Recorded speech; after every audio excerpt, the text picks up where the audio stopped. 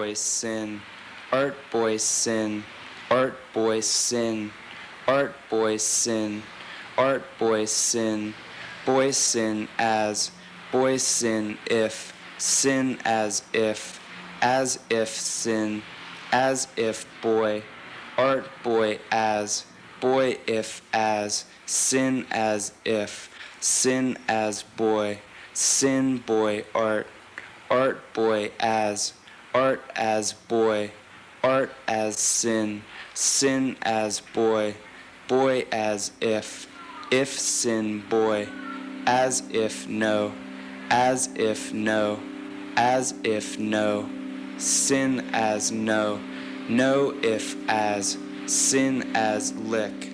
The 80s for a lot of New York downtown culture was about rebellion, which is at the core of rock and roll and a lot of things that have changed America. It was about rebelling. It was about, we're gonna do this whether you like it or not. Lick art fat, fat if no, no if art, fat. We were young. We were all in our early 20s. We were all very interested in painting and art and music and writing and dance and theater. It was a very, very vibrant community.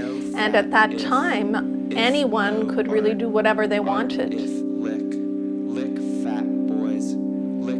It was kind of like being in somebody's parents' house and the parents are out of town. It was like all of the adult people in power, even in the government, none of those people lived in New York City.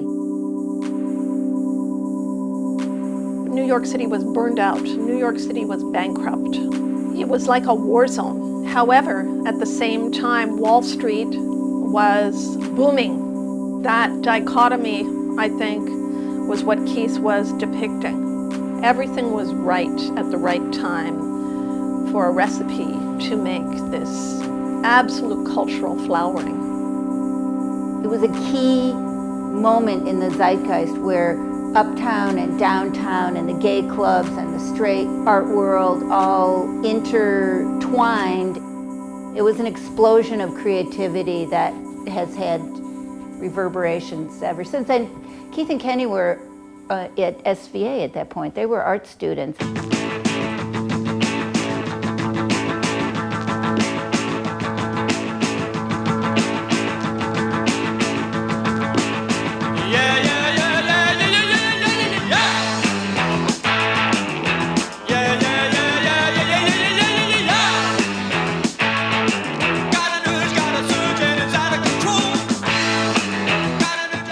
I had met Basquiat in '78, actually at school. He was hanging out at SVA, and we started drawing in the street together, and I introduced him actually to Keith.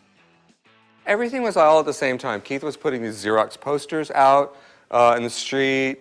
Jean-Michel was drawing Samo and spray painting. And then at the same time, the Times Square show happened, and when he saw all the excitement going on with, you know, Futura and Fab Five Freddy and these artists that we met in Times Square, it was like, it just kind of exploded, like, basically. It was downtown and uptown colliding, you know, with hip hop and the art and everything.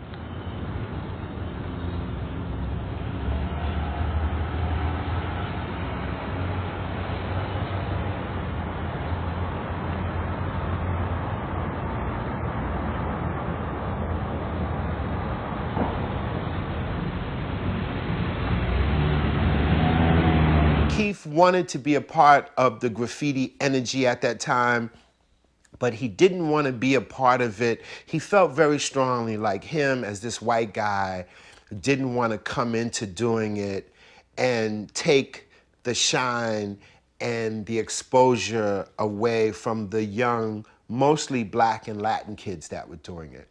And he had a lot of respect for wanting to find a unique way to participate. He met all the graffiti artists that were in the Times Square show, and then boom, a week later, he was doing all his subway drawings. He was just onto something, you know, and it just exploded in like, literally the first week, he did I don't know, probably a couple hundred of them all over, and then it was just like, wow, it was like, It became this thing real fast. In the subways, what they would do at the time, when they didn't have a new ad to put up in the frames for advertisements, that they would put just a piece of black paper there. And what Keith found, which was so brilliant, that just with a simple piece of chalk, he can go and in that perfect black frame, make a drawing.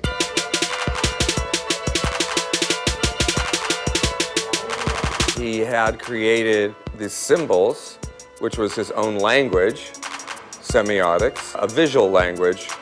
That one's definitely about some kind of domination and submission and money. There was like some money symbols, and like he was pretty blatant about people in power subjugating the weak. And that was a very big part of, I think, the messages that he was doing.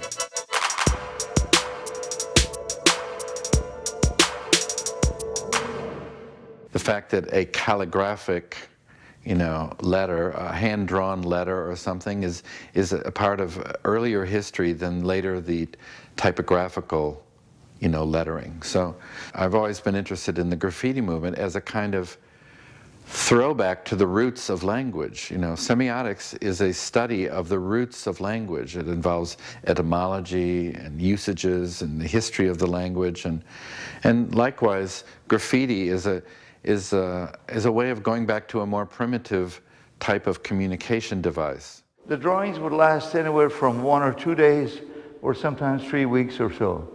But soon there were hundreds, if not thousands. And for Keith, the millions of people who go through the subway became the real world. So for him, this was his public. He felt that most of these people never went to see an exhibition.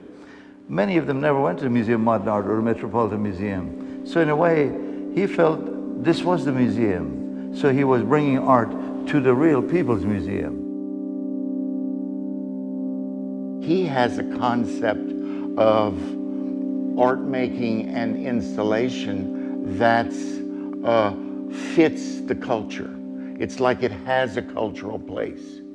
Like when those early drawings were made in the subway, they were so important because you experienced them graphically as the maker, but also the context of where they were in. And then of course, as his work developed, it became socially conscious. That you were aware of, in fact, what these pictographic images began to mean. It was not just un petit poupée, it had gone beyond this concept. Like Gilles Deleuze, the great French philosopher, talks about the idea of scanning through mapping, lines of travel.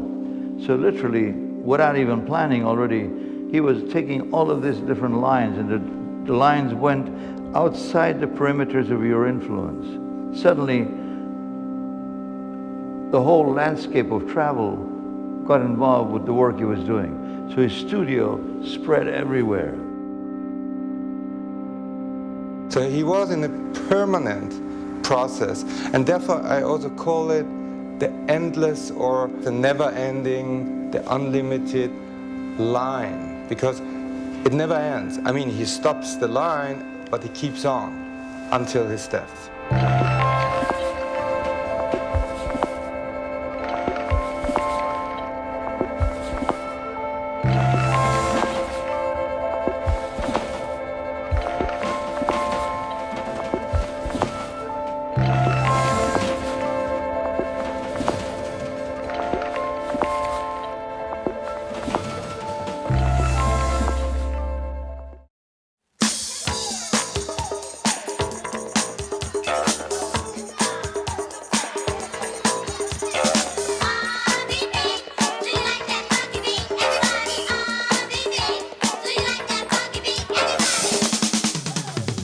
It's hard to remember that it was, at that point, the art world was really 99% white men. People of color were not getting any shows. Asian artists weren't getting any shows. Women were not getting any shows. Like as many people said, Soho was white walls, white wine, and white people.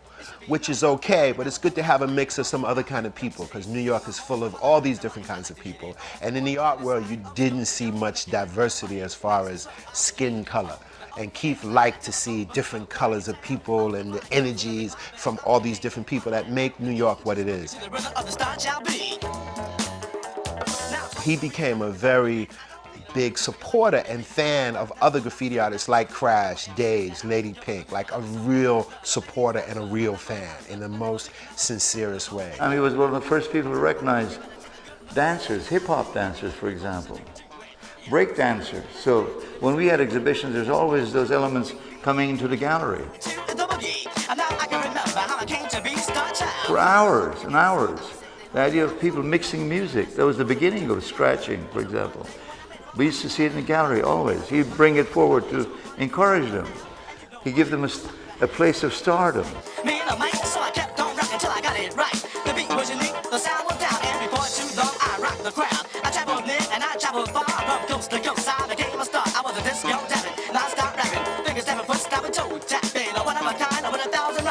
The same thing would, in fact, rap music, as they used to call it that time, which evolved into hip-hop. So he got to know all the groups, for example. He got to be very good friends. Run DMC, for example, or Public Enemy, for example. And he did the album covers, he did murals for schools, etc. So this engagement with the culture outside was very live for him.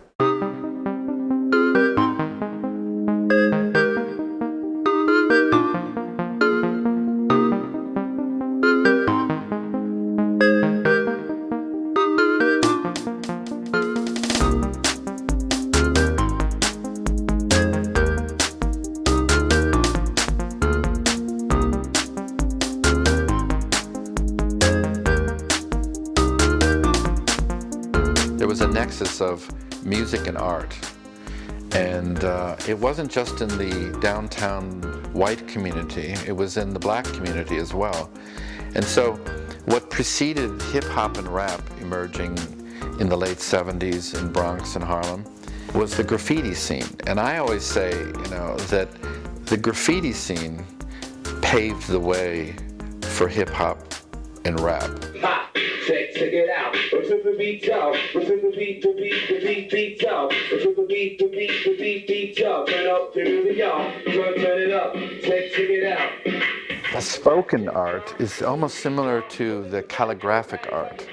It's a kind of going back in time to the roots of the music, So I think that you had the black scene uptown and the white scene downtown doing a similar kind of activity, And both of them were really trying to make an alternative art form, which was a public art as opposed to an elitist, domestic art or marketable art. It was like putting art right on the street, available to the public, and not commodifying it.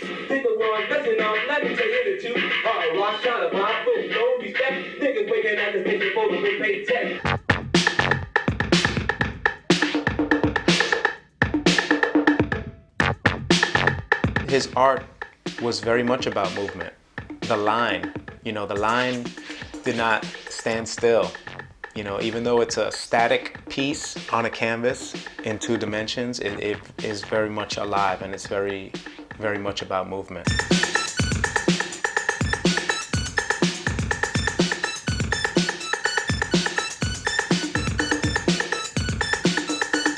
It was always dynamic and always immediate.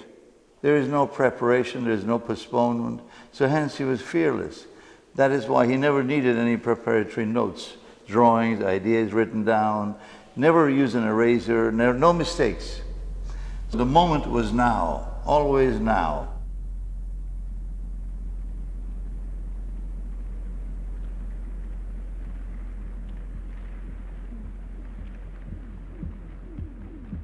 I was the first person to take Keith to the Paradise Garage, which became a big part of his life. I had been a few times before.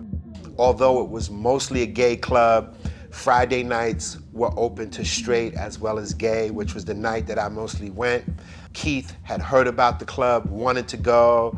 I took him, we got in. he was so excited. And later that week, he had got a meeting with Michael Brody, who was one of the owners, and had a meeting and told him who he was and what he was doing with his art and how he wanted to just bring his work into the club and be a part of the whole garage excitement. And within no time, he was. Where his work was decorating the club, and I remember the first big performance Grace Jones had. Keith body painted Grace, created an amazing elaborate headdress. I went with Jean-Michel that night. We were up in the DJ booth smoking big joints of incredible weed, as Jean-Michel would always do. He would roll up and light up anywhere, and Keith was a big star, and we were able to be in the VIP booth, which was Larry's DJ booth, Larry Levan, who's the great DJ of dance music.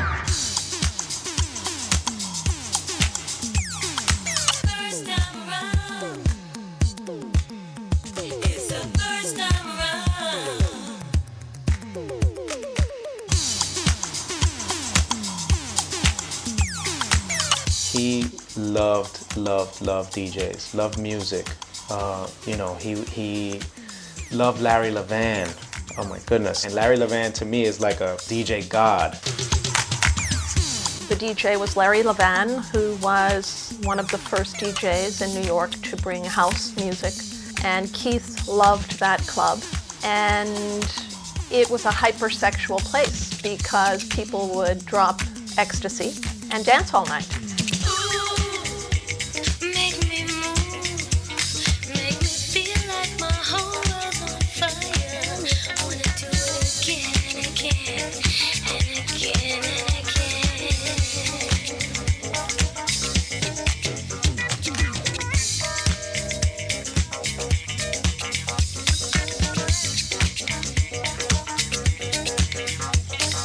It was his freedom. He would just let loose. Juan, completely opposite. His lover, complete opposite. He'd be in the booth, he'd be next to Larry, but Keith would be out there like an angel, all over the place. Not one spot in the room, all over the place. Soaking wet from sweat, just soaking wet, hour after hour. The fun memory was how wonderful it was to go dancing with him at the Paradise Garage. And it was almost a religious experience there because the people and the music and the space, something happened and it was really special. And the only reason we could go in on Friday night when it was the gay night was thanks to Keith. And that was the relief, the inspiration, the camaraderie to be around like-minded people. The most beautiful thing about the garage was that it was gay, straight, black, white, young, old, rich, poor, people who loved to dance.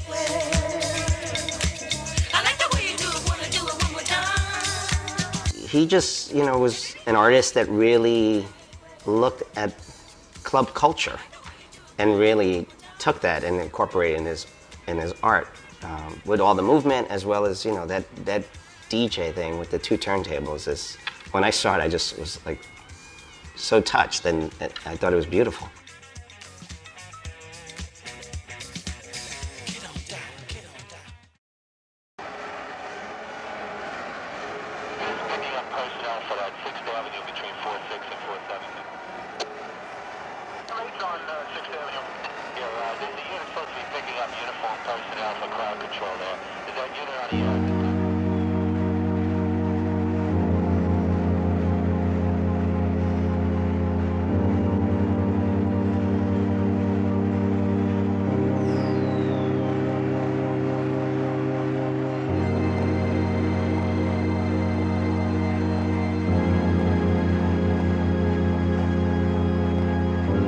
Keith was that kind of all media, like all entry pass, to the world. He was going to connect every way that he could.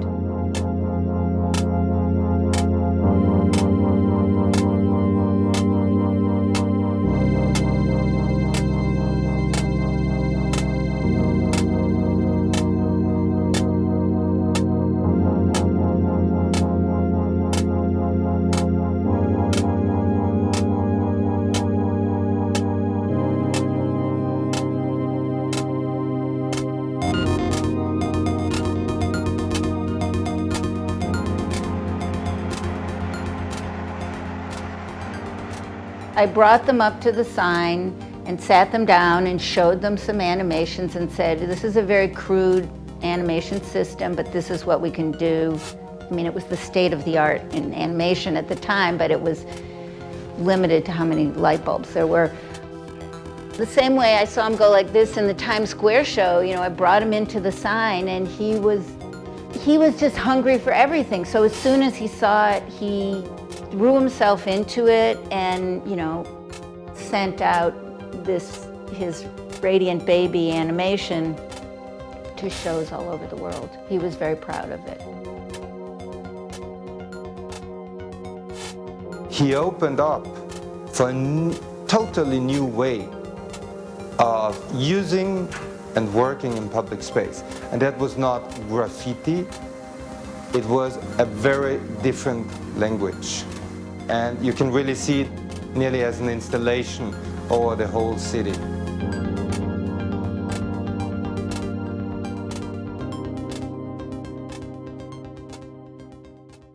I'm not saying it right. I made the jacket for that auction for this.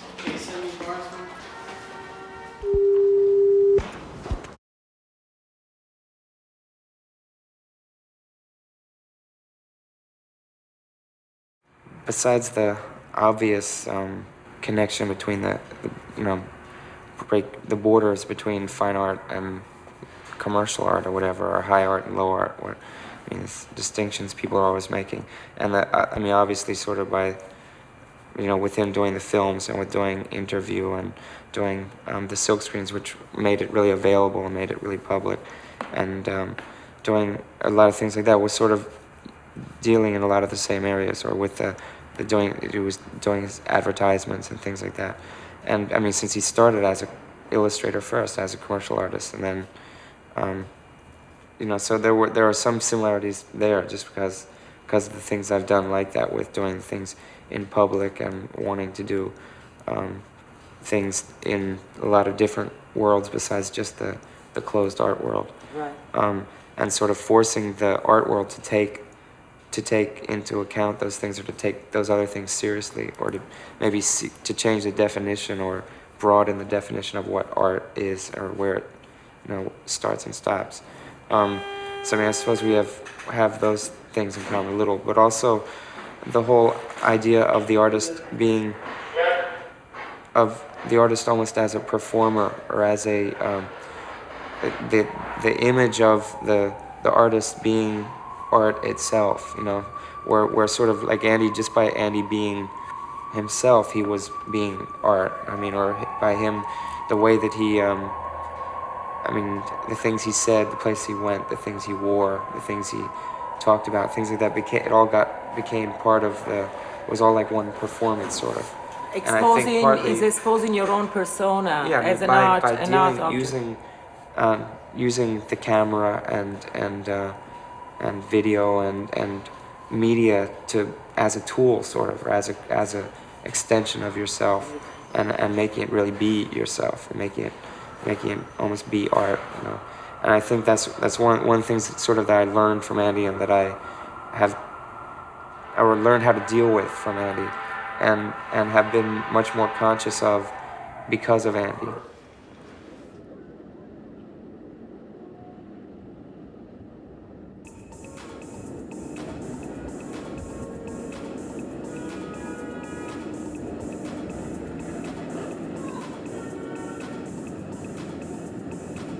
As far as the pop shop goes, he was criticized for making it too available, making his work too available in the form of a t-shirt, in the form of a hat. So if you couldn't afford $100,000 painting, $800 print, you can afford a $20 or $30 t-shirt. And at the time, that was a radical idea, for a fine artist, quote unquote, to make merchandise. It was unheard of. And now, he's the granddaddy of that.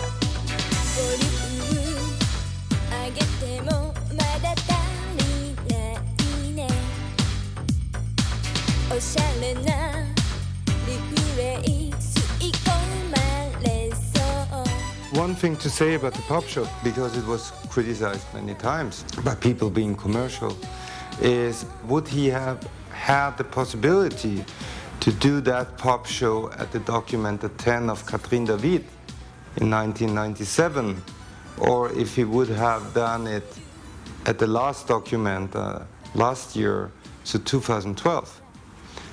People would have understood the implications of that artwork at once.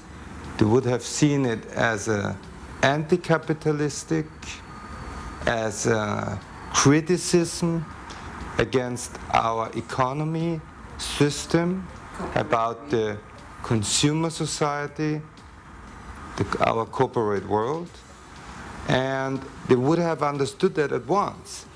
I mean, there were many artists following this idea and doing shops and whatever, so people would have contextualized it precisely as a critical statement and not as a commercial statement.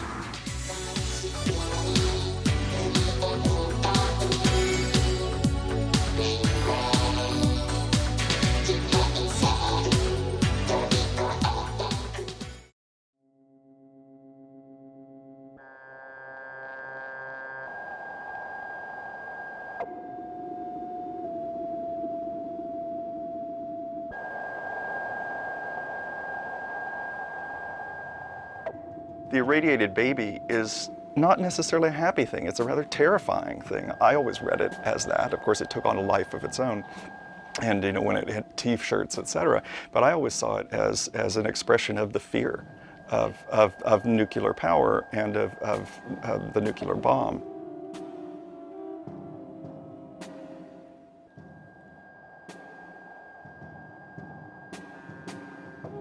As people write histories of downtown, what has been written out and no one talks about is nuclear activism and the very real fear in the 70s especially of nuclear holocaust, and that the Russians and the Americans would blow each other apart and destroy the rest of the world in the process.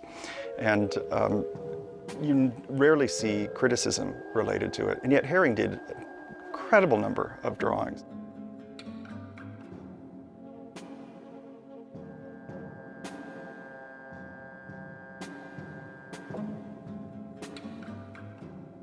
The 80s were a time of a lot of fear about atomic war, racism, AIDS. All those themes were totally present. We didn't see so much future.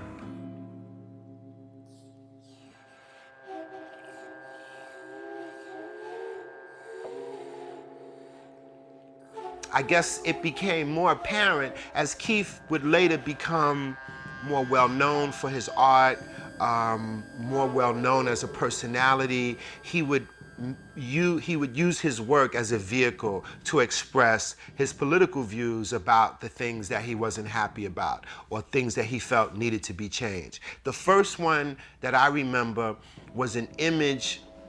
It was a poster. I believe it said Free South Africa. It was a huge black image and a small white image, as if to say that there's a lot of black people, but there's a small amount of white people that have control, like a dominant kind of control.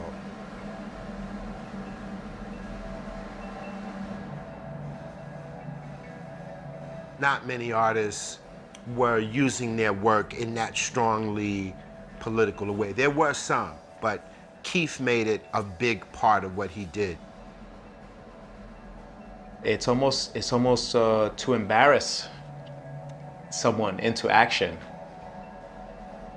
You know, it was meant to create conversation and to influence change. He was very active against racism, and that's why he was so very outraged at the death of Michael Stewart. He was a African-American young man. He was 25. He was murdered on September 15th of 1983 by 5 white police officers. He was coming home for the evening. It was probably about 3 a.m. and he lived in Brooklyn with his mother and father. So he was taking the double L train at 14th Street and First Avenue. The police said that he was writing graffiti, that they tried to arrest him, and he resisted arrest. But I highly doubt that, because Michael was an unusually gentle soul, kind, soft person. It was extremely racist. Everyone was devastated. In particular, Keith. Keith was devastated. What's really important to see with Keith's work is his character as a human being, as a person, a very responsible person living in our world and extremely involved in the daily information that comes through the media, in the streets, everywhere. So in a sense, he was one of the rarest people who reflect back a real political consciousness. So the political aspect of unrest, of oppression, of slavery, of racism, all those aspects will really come up in his work. He has the privilege of being like this famous artist now. You know, he's traveling the world, he's you know, selling work, and he felt a responsibility to be able to use that to send a message, to send various messages. A lot of political, a lot of the art was political. It's amazing that, you know, a painting could cause a change, right? But that's the power of it. Well, one of the most famous paintings on the FDR, on the Harlem River Drive, is a huge Keith Haring painting on the cement slab of a handball court. You see it when you're driving past. I see it every time I drive past. Crack is whack. And so Keith was very, very political in that regard as well, because crack was devastating our communities and the creative community, the Hispanic and African American communities at that time in the early 80s. So that Crack is Whack painting on the Harlem River Drive, no other graffiti writer has ever painted on that for all of these years, out of respect for Keith. We spoke about the Crack is Whack wall because it was 2 blocks from where I grew up. And I remember him telling me that he was arrested for doing that. He was arrested for doing the Crack is Whack wall. And you know, it's so ironic now that, you know, now it's like maintained by the city, and now the city actually calls it Crack is Whack Park. And then over the test of time, what happens is that, you know, now 20 some odd years later, you know, that neighborhood is proud of their Keith Haring.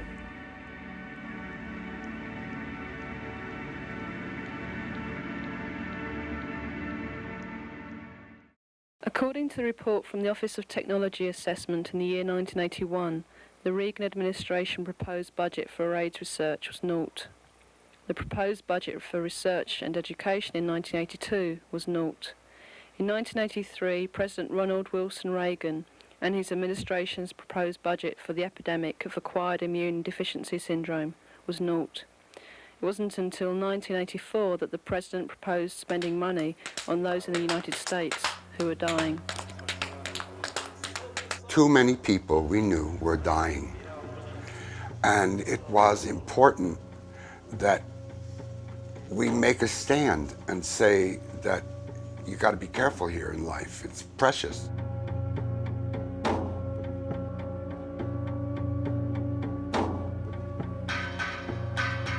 This was, of course, 1 year before people knew about AIDS and HIV. All the right-wing people that said that it was God's revenge on being, please, you know, that was so hurtful. That was so, we had a president that never said AIDS. So what's on your mind, Mr. President? Well, I'm Rep. Nazarani, and I'm here to say it's time my commission got underway. But they can't work fast, they can't be smart, because if they don't reflect me, then I don't want a part. Ha, ha, I need some racists, you know what I say? I need some sexists, you know what I say?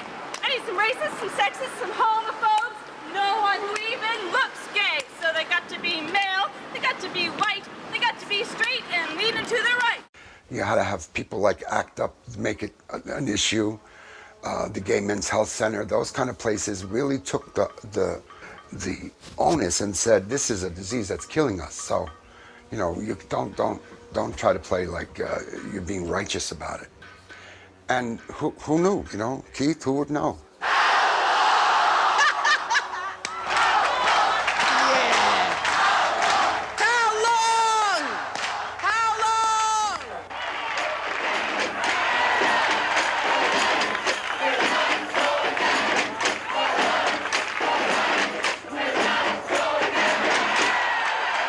Keith was one of the first artists in our community to become part of ACT UP during the AIDS epidemic, which absolutely devastated the East Village arts community.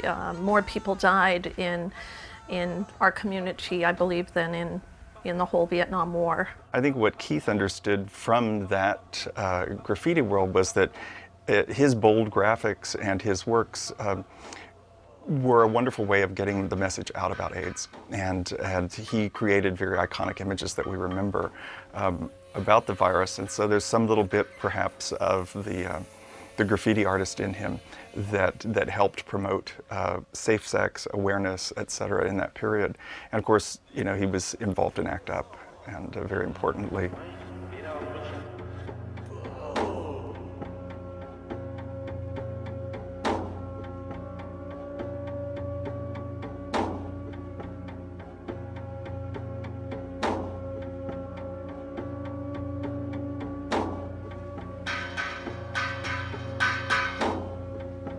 When the 50 artists came in to do the building, and there was all this activity the weekend before it opened in June of 1989, Keith Haring had decided that he was going to paint in the men's bathroom on the second floor. That was the space he chose.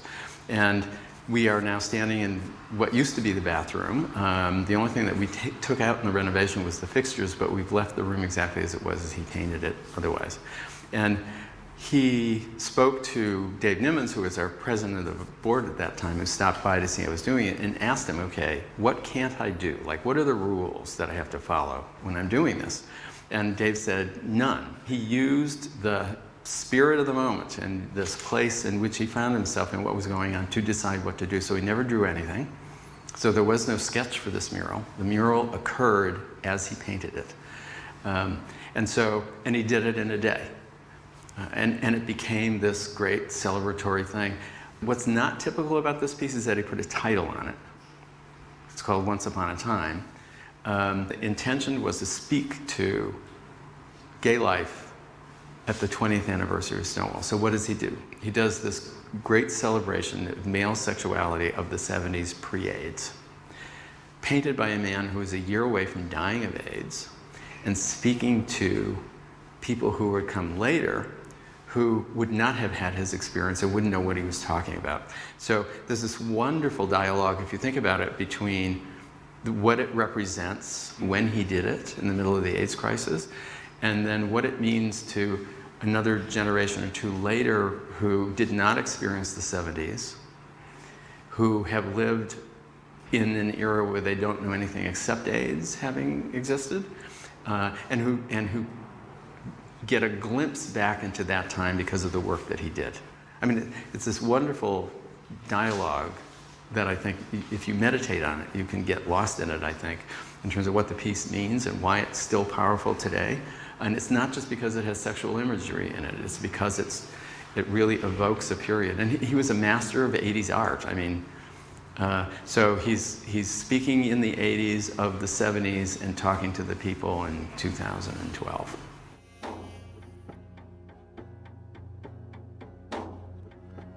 There was a part of that celebratory 1970s gay sexuality that, you know, to have as much sex as possible was to be as politically active as possible. And of course that all shifts with the AIDS crisis, but Haring, even when promoting safe sex, was still promoting sex and understanding that there's a kind of joy in human life and interaction there that he wasn't going to demonize, though a lot of people, including a lot of gay men, had started to demonize because of AIDS and the toll that it took on, you know, on the culture. When I moved to New York, 1 out of every 2 gay men was HIV positive. And it was a death sentence at that point because there was no way to treat it. And so in the face of all of that, to be still sex positive, as Haring was, is really a surprising and important thing.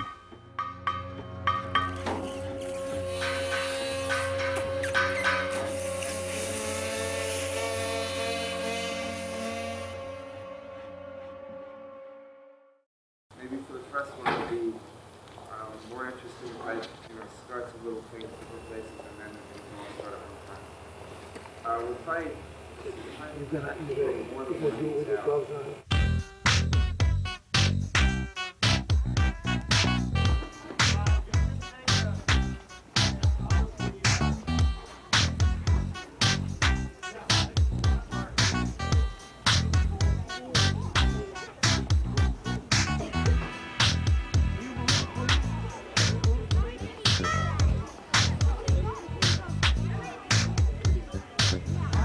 He had an incredible relation with children. Every occasion, every party, every dinner party, he always wanted to be at the children's table. And most of this time he was on his own fours playing with these children, ignoring grown-ups, practically totally. Everybody wants to be a winner. Losers, losers. Nobody wants to be a loser. I never really realized that Keith was an adult per se, you know. It was always, he was always on my level, always eye contact, always like deep conversations, and even though I was so young, he made me feel like one of the rest, you know. Nobody really wants you. When you're losing, they don't really love you. Winners, losers. I saw his work, and you know, there was like elements that I understood, but for me it was just so pure joy on every level.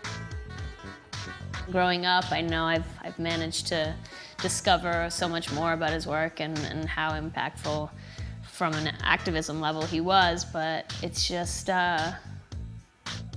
pure joy, man. That's all I remember when I see Keith is pure joy. He really understood us. Like, he really took the time to like have that moment and make us care more as children. It's made us feel like we ourselves should be active, and so I think Keith like completely planted that seed at a very young age. Everybody wants to be a His work, like Brûlé Bourbray, was very educational. It was like there was a kind of feeling that he was also kind of like a teacher, you know, and his work dealt directly with children and younger people, and he was actually kind of teaching them things, you know, not only how to draw, but also like subject matter, you know.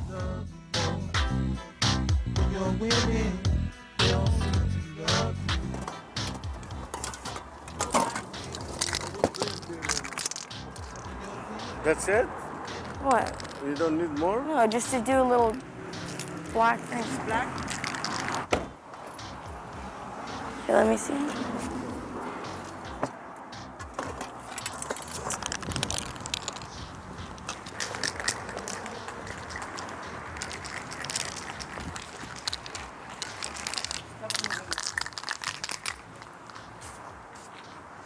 Okay,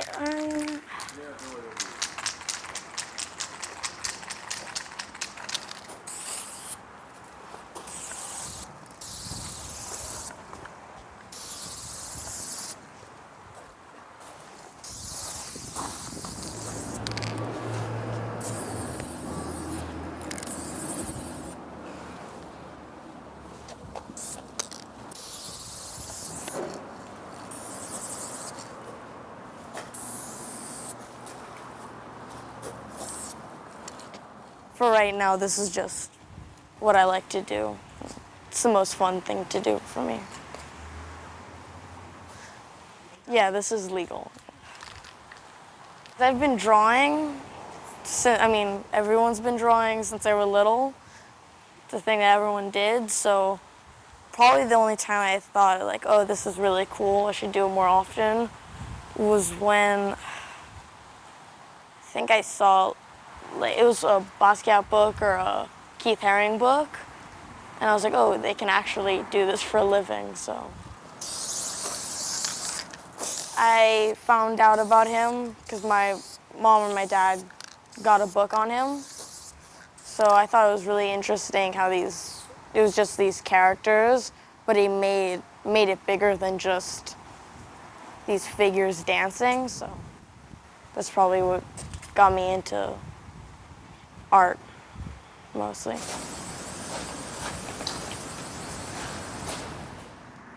I'm just seeing his earlier works and how they're just these figures dancing, and then seeing progressively the stuff he did on subways, on the empty advertisements, how to a lot of people they meant so much more, like just pregnant women and like happiness and joy. People got so much out of that, and they grew this love for him. I think that's really interesting over just something that is figures, you know? So I love that about him, how he made something simple become an icon. The key is in the work, because the works, the gestural aspect of drawing, they relate to language. So in fact, the drawing becomes a kind of pictographic perception. It becomes a way to read and to illustrate knowledge, and that was the key to those, to the works and to the drawings. It was like his writing, the way that he wrote, and you know, you could tell that he was, you know, he was very, I don't know if I would say spiritual, but definitely political, and he had a lot of ideas, and probably spiritual as well.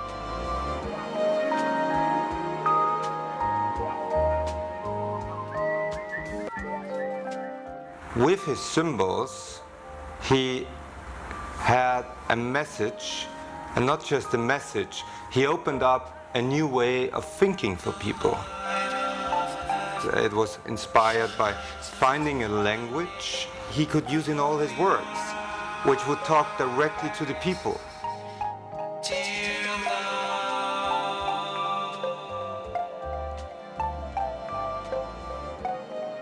The key with Keith's work, and still why it's so important, it's this connection, direct connection to people who responded to it. Keith forced the culture to accept its presence, its political identity, its sexual identity, all of these things, and they became part of the culture. In some ways, he was maybe the most caring, the most giving. He made a point of art was a gift for everybody. Just live your life.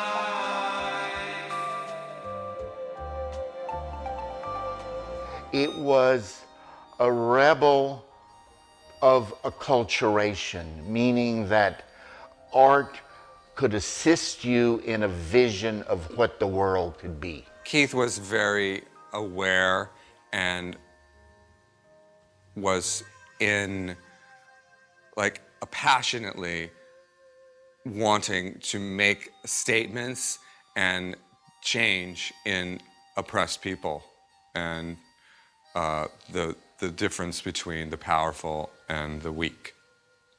It's one of the highest spiritual tasks any artist can do, is to take the suffering of the culture and transform it through the artwork into political activism or a voice for the greater good. And I think Keith Haring was absolutely successful in that aim.